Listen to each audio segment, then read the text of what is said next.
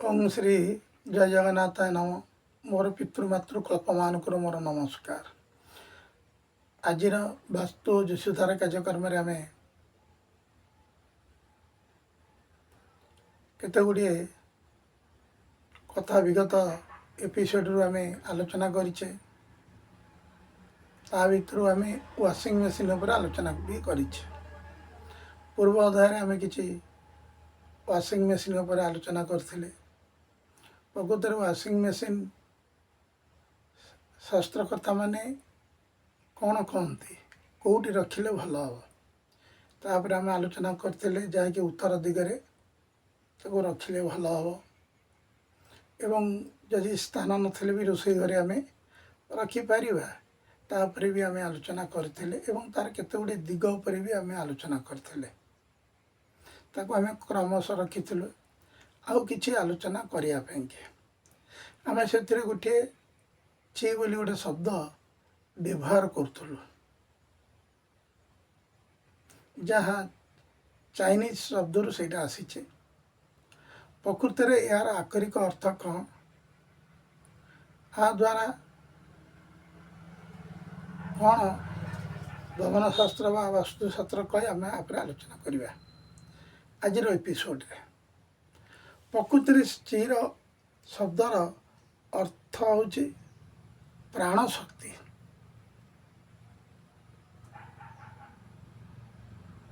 आमे प्राण शक्ति द्वारा आमर समानता संतुलन रखि था। प्राण शक्ति हूँ सर्व केंद्र बिंदु।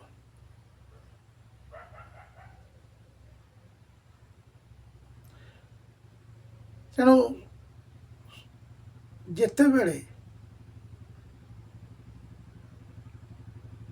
आम पाखरे कौन सी कारण आमर परिवेश संतुलन बाहर को चली जाए सेते बेले आम्बे मानसिक उद्वेग घरे पड़ी था बा आमर मानसिक उद्वेग होता है।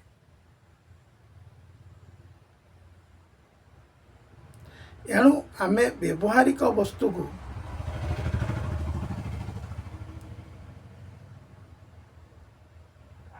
शास्त्रीय मत अनुजाई रखिबा और व्यवहार करिबा वांछनीय अटे।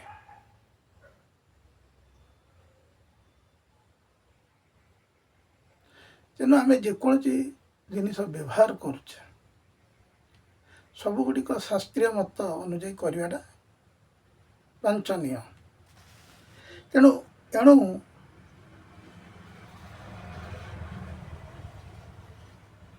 या उपरे मनुष्य बंचिबाकु हेले मनुष्य प्राण शक्तिर क्रिया को संतुलन रखा दरकार। प्राण शक्ति की देखे हुए नहीं भाई कही हुए देखे हुए नहीं कि अनुभव करी हुए। ताले एणु विभिन्न प्रकार जदि जिनिस पत्र आमे रखु जो घरे जो स्थान रे से स्थान को उपयुक्त आलोक उपयुक्त कबाट उपयुक्त झलका आज करवा उचित। गुड़ाई रखी दौथु वेंटिलेशन हो आलोक भल रूपे प्रवेश कर वायु भल रूपे गतागत हो ताले आमर प्राण शक्ति उपर यार विपरीत क्रिया पड़ो। प्राण शक्ति उपर समानता रखी हम नहीं।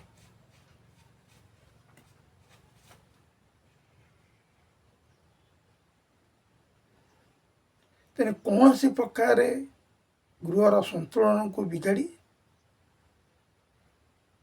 दे थाए जदि असंतुलन बा ठीक रूप से आम वस्तु गुड़िक ठीक निर्धारित जगार न रखु।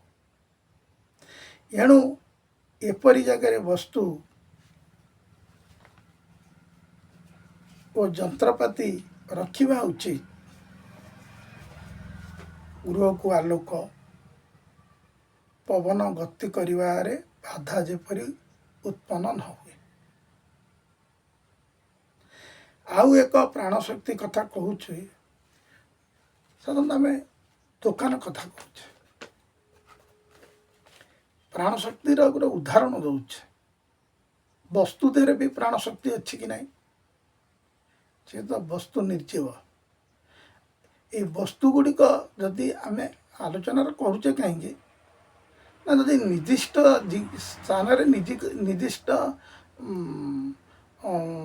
ତାର ଯେଉଁ ଜାଗା ସବୁ ରହିଛି ଠିକ ରୂପରେ ଯଦି ନ ରଖାଯାଏ, ତାର ନେଗେଟିଭ ପ୍ରଭାବ ଆମ ଉପରେ କ'ଣ ପଡ଼ୁଛି, ତାର ପ୍ରାଣଶକ୍ତି ସେଠି ସେ ବସ୍ତୁର କ'ଣ ପ୍ରାଣଶକ୍ତି ଯେଉଁ ବସ୍ତୁର ଅଛି ତା ଉପରେ କ'ଣ ନେଗେଟିଭ୍ ପ୍ରଭାବ ପଡ଼ୁଛି, ଯାହାଦ୍ୱାରା କି ଆମର ସମସ୍ତ ଜୀବନଯାପନ ଶୈଳୀକି ବିଭ୍ରାନ୍ତ କରିଦେଉଛି। ଆଉ ଏକ ପ୍ରାଣଶକ୍ତି କଥା କହୁଛେ, ଦୋକାନରେ ମାଲିକ ବସିବା ଚେୟାର। ଗୋଟେ ଉଦାହରଣ ଦେଉଛି, ମାଲିକ ଯଦି ଠିକ୍ ଜାଗାରେ ନ ବସେ ତାର ବେପାର ବି ଠିକ୍ ହୁଏ ନାହିଁ। ମାଲିକ ହିଁ ବେପାରର ମୁଖ୍ୟ କେନ୍ଦ୍ରବିନ୍ଦୁ। ମାଲିକ ଯଦି ଠିକ୍ ଜାଗାରେ ବସିଲା, ଗ୍ରାହକ ଆସିବେ, ବେପାର ଠିକ୍ ରୂପରେ ହେବ। ଯଦି ମାଲିକ ଯେଉଁଠି ବସେ ସେ କାହା ଉପରେ ବସିବ? ଗୋଟେ ଚେୟାର ଉପରେ ବସିବ, ଗୋଟେ ବସ୍ତୁ ଉପରେ ବସିବ। ଯଦି ଚେୟାରଟା ଯଦି ଠିକ୍ ଜାଗାରେ ନ ପଡ଼ିଥାଏ ତାହେଲେ ସେ ନେଗେଟିଭ୍ ପ୍ରଭାବ ବେଶୀ ଉର୍ଜା ସୃଷ୍ଟି ହୁଏ, ପ୍ରାଣଶକ୍ତିଟି ହାନି ହୋଇଯାଏ। ଯେଉଁ ଚେୟାରର ଯେଉଁ ଗୁଣ ରହିଛି, ଆକର୍ଷଣ ଗୁଣ ଗ୍ରାହକମାନଙ୍କୁ କରିବାର, ସେଟା ସେଠି ନଷ୍ଟ ହୋଇଯାଏ। ତାହାର ଚେୟାର ହେଉଛି ଏଠି ତାହା କ'ଣ ଆମେ କହୁଛେ ପ୍ରାଣଶକ୍ତି। ଚେୟାର ଗୋଟେ କ'ଣ ମାନେ ଜଡ଼ ବସ୍ତୁ, ହେଲେ ବି